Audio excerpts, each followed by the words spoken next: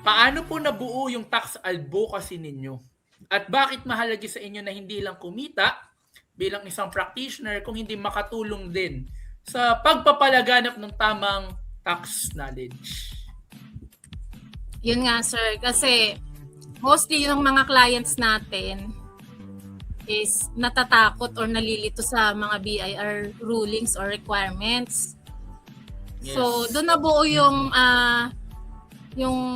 na mag-share ako sa kanila ng kaalaman ko through my service sa bookkeeping, accounting, and taxation. So, hindi lang ako nakakatulong sa kanila para mag-focus na sila dun sa kanilang operation. Nagiging sustainable din yung negosyo nila dahil nakakaiwas sila sa mga penalties. Dahil yun nga, ako na yung bahala dun sa kanilang accounting side. Focus na kayo sa business nyo. Ako na to, sa tax at sa accounting.